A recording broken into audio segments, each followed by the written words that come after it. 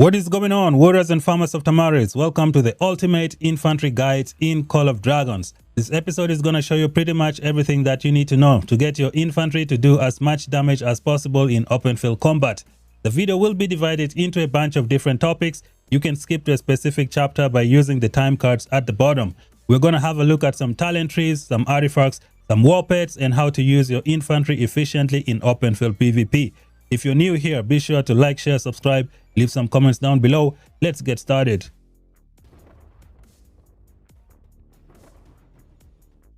Alright, warriors of Tamaris, so many crazy things are going in Call of Dragons. The game developers have started introducing so many cool control artifacts into the game. They are making things very difficult for the infantry troop type in Call of Dragons. The first topic of the video for today is going to be the best faction to use for the infantry troop type. I don't think it matters which faction to use for infantry because the buffs, they are not so different from each other. If you're going to be choosing a faction, you should choose based on your second troop type. For example, if you are an infantry main and you like to play with mages, then you gotta go with the League of Order. If you are an infantry main and you like to play with elk riders and archers, then you go to the Spring Warden faction. If you're an infantry main who likes to play infantry and archers most of the time, you go to the Wilderbeck faction and you use the Spearmen. This is how you choose a faction. In my case, I like to play infantry and mages. As you can see, I am in the League of Order. Second topic of the video will be the simple buffs that you need for your city to get things going. You go to the reliquary, you click on your city themes. Make sure you have 5 city themes activated. If you don't have 5 legendary, you can activate 5 epic city themes on your account and things are going to be okay. Because when you activate city themes, you are going to get extra legion attack. If you have 5 legendary city themes, you're going to get up to 10% additional attack. If you don't have legendary city themes, you can use the epic ones. The epic ones are going to give you 0.5% additional attack. But as you can see here, the legendary one will give you plus 2% additional attack. So make sure you save up some speed ups and then try to win as many city themes as possible. Get up to 5 legendary city themes and you are going to get a plus 10% additional attack for your account. Make sure you have proper decorations for your account. Again, you go to the reliquary, you click on this third icon and you're going to access the decorations for your accounts. Make sure you invest in the 5 universal decorations because that is the best way to go for the majority of players in Call of Dragons. Now you can decide to try and bring, the moonlit fountain and replace one of your 5 universal decorations. That's going to be up to you. But for the majority of players in the game, make sure you invest in the 5 premium legendary decorations. If you cannot get the 5 premium, you have the 3 other decorations that are not very premium. You can get their free blueprints and then use them on them. Don't use universal blueprints on these mediocre legendary decorations. Save them for the premium legendary decorations. Make sure you have 5, upgrade them as much as possible and you should be good to go. These are simple things that are going to make your account do very well and help your infantry out in open field combat. As for the moonlit fountain, it is not absolutely necessary. That's going to be up to you if you want it. In my case, I decided to take it to level number 7 because it gives out some good stuff. But I think I would have been better off with maybe 5 universal decorations that I can use with pretty much every single troop type. But the only difference is I am an infantry main. So this is one of my most favorite decorations in the game. One thing that you need to do for your account is to make sure you have the proper march preset for your infantry troop type. March presets are very, very important in the game. So when you're going to deploy your legion, you're going to have a loadout screen that looks a little something like this. So number 6 is my infantry preset. So we're going to go to the second icon here at the bottom. And then we're going to click preset number 1. As you can see, my main city theme is going to be this one right here. And then over here, I have my moonlit fountain. I just added it over here on this side. I made sure I activated all the city themes that I have on my account. Now I'm going to hit apply and then go back here and bring out my infantry. As you can see, they have come out with this infantry city theme. And on top of that, I have the moon lit fountain active. Another place to activate city theme loadout could be from here. You go from here and then you can change it if you want. For example, I can change it to my mage preset. And when we go over here, you can see I have my mage preset ready and my infantry are outside. So I'm going to send them back in. So make sure you do this for your account. Make your preset ready. When you go fight your enemies, you can also access this loadout preset from here and then just change it. So as you can see here on the screen, I am currently using my mage presets, and you can see I have these different decorations over here. When I click on number 1, when I want to use my infantry, I hit apply. Now this is going to be the one that all my infantry are going to use when they go out to fight the enemies in the open field. So to change this thing, you can click on this circular icon over there and then change the city theme that you want. So let us do it for this infantry, which is the proper one. And then we go over here. You can remove things if you want. Just remove them. That's going to be up to you. And then you can go over here and make some changes as well. Once you've done the changes, you can click on this icon and then you go and save it in one of those empty presets. You put it there and it's going to be there. Now, next time you're going to be going out, or if you're going to be fighting your enemies, for example, if I want this one, I can hit apply. As you can see, I only have 2 decorations. So that's not going to be good. We're going to go back to preset number 1, which is what I like to use the most. I hit apply and this is it.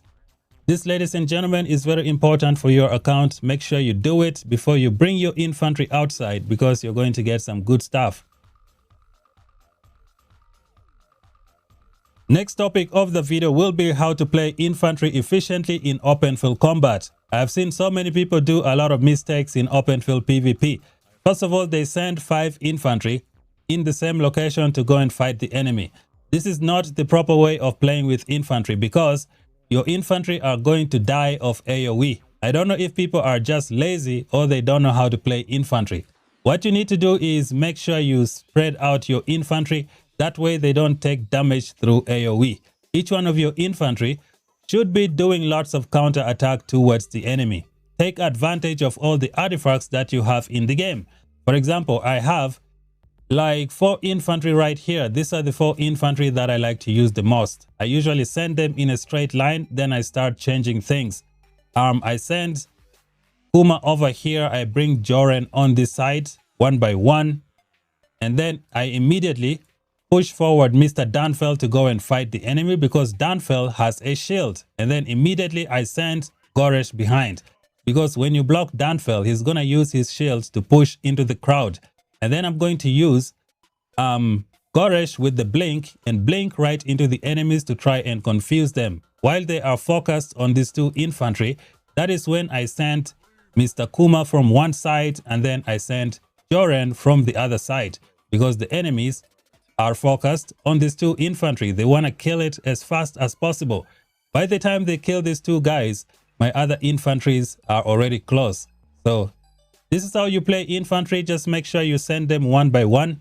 Do not send them together at the same time, because they are going to die of AoE damage. Try not to be lazy. Make sure each infantry deals as much counter attack as possible to the enemies who are fighting it. Do not put them together, that way they die of AoE. These are simple things that you can do to get the best value out of your infantry. The best way to play infantry for most players in Call of Dragons would be to only use 2 marches in open field combat.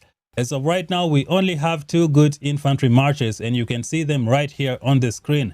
Make sure you use just 2 infantry marches until you run out of infantry stamina. When you run out of infantry stamina, you stay in your city, you build up more stamina, and then you continue playing with your infantry. As of right now, many people have like 2 different troop types that they play. You could play with your infantry, run out of stamina, and then immediately start using your mages or your archers or your elk riders, depending on your fighting style. The best way to play is to use 2 infantry, use all of your infantry in your city, finish your stamina, and then come back again later when you build up stamina. Up next, we're going to check out the best infantry marches in Call of Dragons. We don't really have a lot of options for infantry in the game. Things are not looking good for infantry. With every single troop type, they have like 4 or 5 good marches to use on the field. But when it comes to the infantry, we only have 2 infantry that can really do some good stuff in open field combat. So the 2 best infantry marches are going to be Mr. KUMA and Leikwan, and then we got JOREN and Ella. These are the 2 best infantry marches in the game. In about 3 or 4 months time, we are going to get the G6 infantry, and the G6 infantry will go over here to make it 3 fantastic infantry marches in the game. Now, if you ask me, which infantry should you invest? My answer is going to be simple. You need to wait for the G6 infantry because they might be the real deal. After seeing what Kolk and Milra can do on the field, I think the G6 infantry is going to be something else. So if you want to invest into just one infantry in Call of Dragons, I would recommend you wait for the G6 infantry because they are going to be doing some good stuff on the field. Now, if you are a Kraken who wants to use a lot of infantry marches on the field, you could try a little something that looks like this. 5 march infantry. Make sure you spread them out when you're going to fight your enemies. Don't let them die of AoE damage for nothing.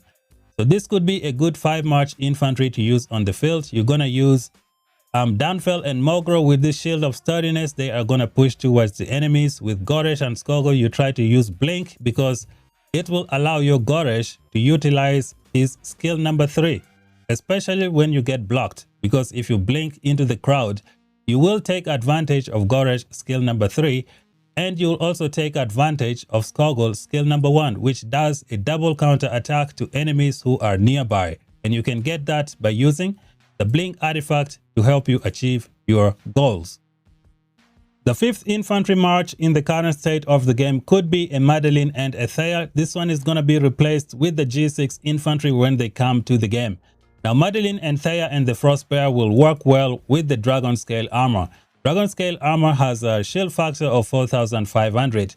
You are going to trigger this thing before you cast your rage skill, which will allow your Frostbear to do some crazy stuff to your enemies on the field. Up to 5000 damage, you could get 10,000 damage depending on how well you have built the Frostbear. This skill right here can be replaced with a Tooth and Claw.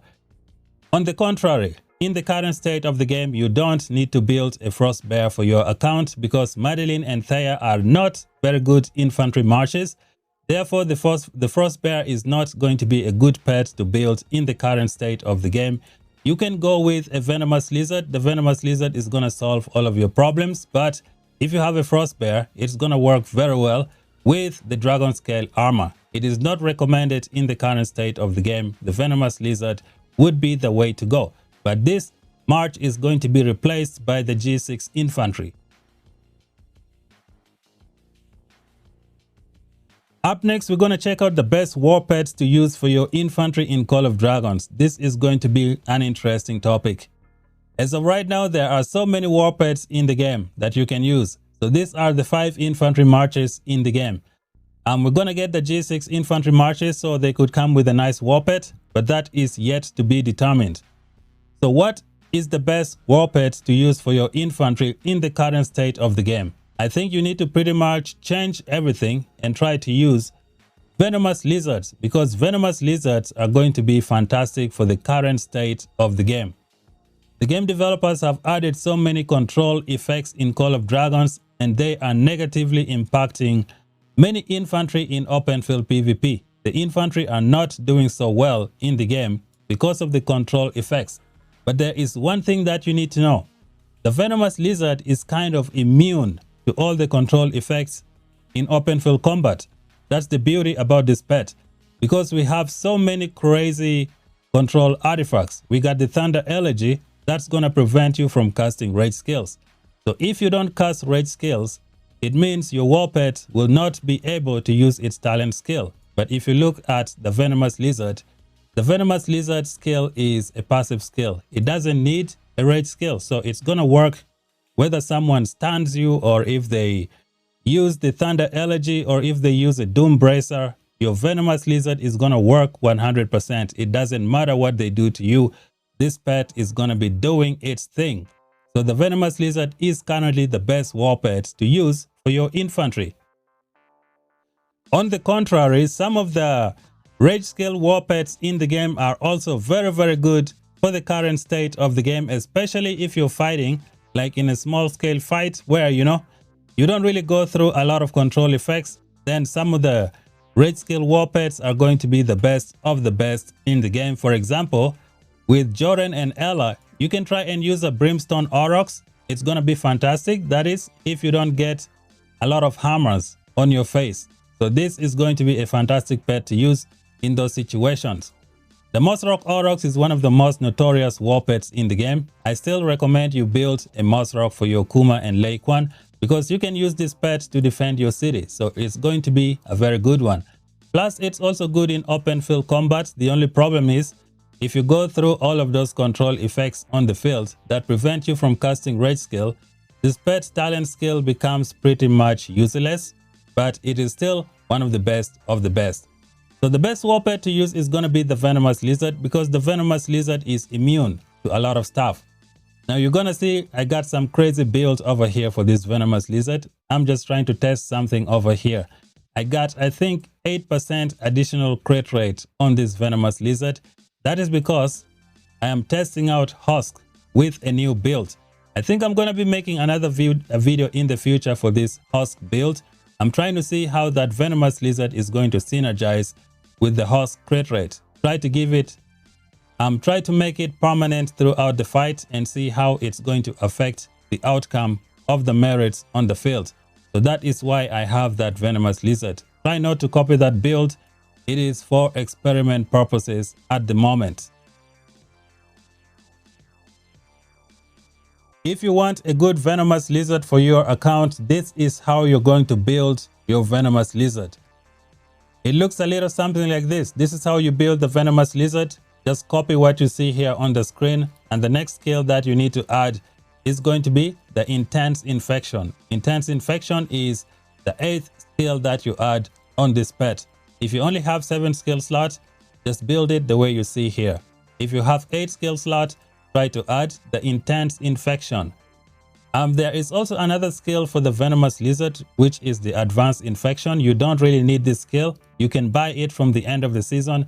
It is absolutely not necessary. It's going to increase your trigger chance by about 4%. But thing is, when you're being blasted by more than 20-30 people, you're going to be triggering this thing every single second without requiring the Advanced Infection. That is why you don't really need it. Let us have a look at some of the best artifacts to use with your infantry marches in open field combat. We're going to go to preset number 6 and we shall use what we see here on the screen. So these are the best artifacts that you need to invest for your infantry. Let's begin with JOREN and Ella.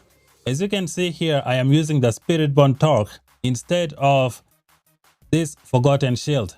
That is because the Spiritborn Torque is going to let JOREN and Ella take less severely wounded. And I don't think there is a big difference in the amount of merits that you get. So if you have a Spiritborn Torque, you can easily skip out on the Forgotten Shield. But if you have the resources, you can try and build yourself a Forgotten Shield. Just know that this pet, this artifact has a double HP, and this double HP is going to let you take a lot of severely wounded on the field. With the Spiritborn Torque, you're going to be getting around 55,000 severely wounded. But when you put this artifact right here, the Forgotten Shield, your severely wounded goes all the way up to 60,000, 70,000, 80,000. It is absolutely ridiculous. I don't really know what is going on with this artifact combination. The next artifact that you need is going to be the Serpent's Edge. This is going to be awesome for your KUMA and Leikwan. It's going to be fantastic. Another good artifact is going to be the Shield of Sturdiness. Very useful in PvP to clear the way, try to push the enemy away, try to deal with those annoying enemies who just pop up out of nowhere. For example, if you're building and you got lots of enemy infantry over there, you can use a shield to try and push them away. Now you also have the Blink artifacts. That's very good for blinking into the crowd, trying to catch enemies from running away. So this would be another artifact to invest for your account. And then we're going to get the G6 infantry. They are going to go over here. I don't know what kind of artifact they are going to have, but we shall wait and see. So overall, I think what you see here on the screen are the 4 best artifacts for the infantry. Like I said, you can try and use the Shield of Sturdiness over here, but that's going to be up to you. In my case, I prefer this one right here, the Spirit-Born Torque, an artifact you can get from the Titan Legacy. You don't need to struggle through the Forge of Light. So this would be the best artifacts to use for your infantry on the field. The next topic of the video will be the problems that you will face when you use infantry in open field combat. The devs have added so many control artifacts in the game. We have the hammer. This hammer is going to stun your legion for 6 seconds. When your legions get stunned, you cannot launch a counter attack. This is going to be so painful for your infantry on the field. Another crazy artifact is going to be the Doom Bracer. The Doom Bracer has a stun effect on it as well. The crazy thing is that majority of players in this game use mages and all of them have Doom Bracers. So if you send your infantry, it is very likely that your infantry is going to get hit with maybe 5 different Doom Bracers on different intervals, making you not be able to launch counter attacks against your enemy, which is absolutely ridiculous. And then the devs also added this popular artifact right here for the archers, the one that kind of like routes your enemy when you drop to below 12% HP. It is absolutely ridiculous. On top of that, we have the likes of the Thunder Elegy that will prevent you from casting rage skills. Man, things are absolutely gonna be crazy on the field. Where is Thunder Elegy? It is right here. This artifact is gonna prevent you from casting rage skill. When you can't cast rage skill, you cannot use your WARPETS. But guess what? Ladies and gentlemen, we have the Venomous Lizard. This pet is immune to a lot of the control effects in the game. So at this current state of the game, you should be focusing on the Venomous Lizard. The Infection is a passive skill. It is immune to a lot of the things in the game. It is immune to the stun effect. Another good thing about passive skills is that Advanced Counter Strike is also going to work when someone stuns you. When you get stunned, you can still use this Counter Strike. Counter Strike is going to work. You won't be able to launch any counter attack, but you will be able to trigger Counter Strike. And when you trigger Counter Strike, you will be able to trigger Advanced Counter Strike, which is why if you're going to be building a WARPET in the game, make sure you build a Venomous Lizard. Infection is going to trigger when you get stunned or when they prevent you from casting a rage skill. Counter Strike is going to trigger when you get stunned and when they prevent you from casting a rage skill. And when you trigger Counter Strike, you will be able to trigger the Advanced Counter Strike. This is absolutely fantastic. Now, I did the testings recently and I got some war reports to prove it to you guys. Right here, we're going to go here to the PvP. So I think I'm going to be hitting one of the infantry. Okay, so this infantry was fighting my infantry from my farm account. We're going to go to the battle log. Now we are going to go all the way up to here. You can see I activated the artifact, which was the Grey Mars Warhammer. I stunned my enemy. So my enemy was stunned for 5 seconds. So we're going to hit the next round. We click on this. You can see that I launch a normal attack on the enemy. And then the enemy, KUMA Venomous Lizard, immediately triggered Counter Strike. But if you look on this turn, there is no counter attack from the enemy.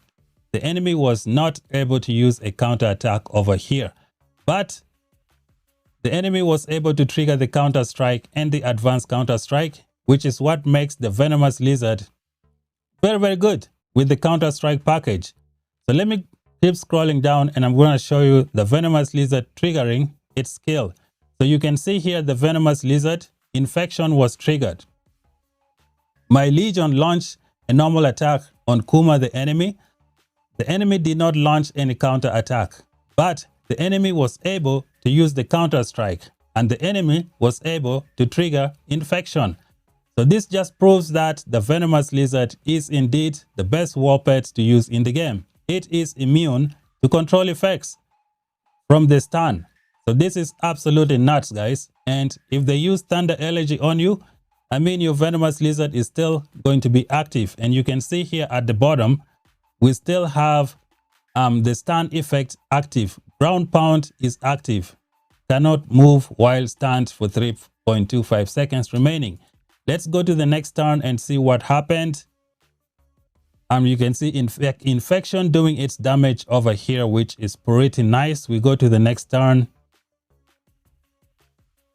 Okay, so this is my Joren and the Brimstone. You can see I launch a normal attack on the enemy. The enemy did not launch a counter attack, but they were able to use their counter strike, and I took damage from their counter strike. I also took damage from their infection right here. So infection and counter strike are immune to the stun effect. This is some good news for the infantry, which means if you're going to be building your infantry, make sure you go after the Venomous Lizard as the war pet, because it is the best pet for the infantry because of all the crazy control effects in the open field PvP. With all of that out of the way, let us check out some of the best talent trees to use for your infantry in Call of Dragons.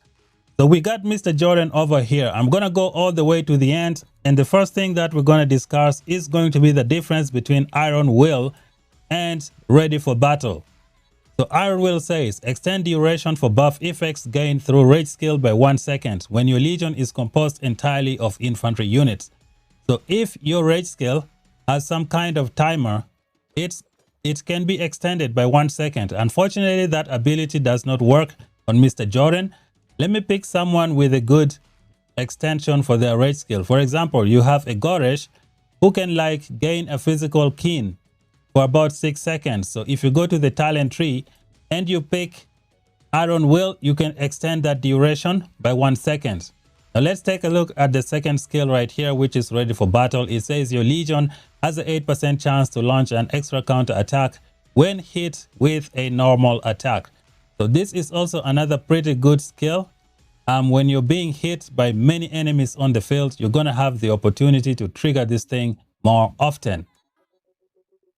The next two skills that we're going to discuss are going to be Cool-Headed and the Furious. So the Furious says your legion gains keen whenever they gain a debuff effect, increasing their attack by 4% for 3 seconds.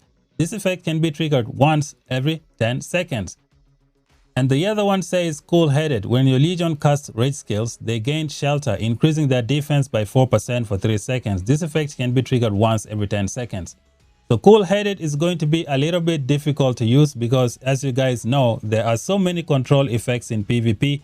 Many enemies are going to prevent you from casting a rage skill. If they do that, you won't be able to use Cool-Headed.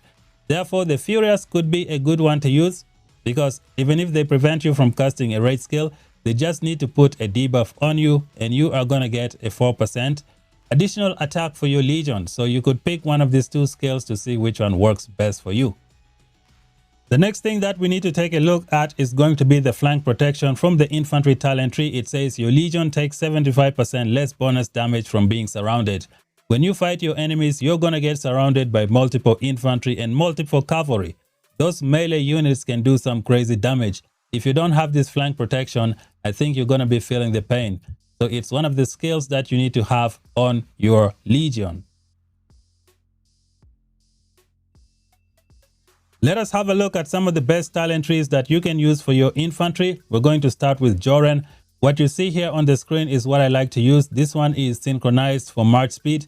I really like to use march speed, so this is the talent tree that I use. But you shouldn't copy this. Instead, you should try and go with this one right here, which is infantry and PvP.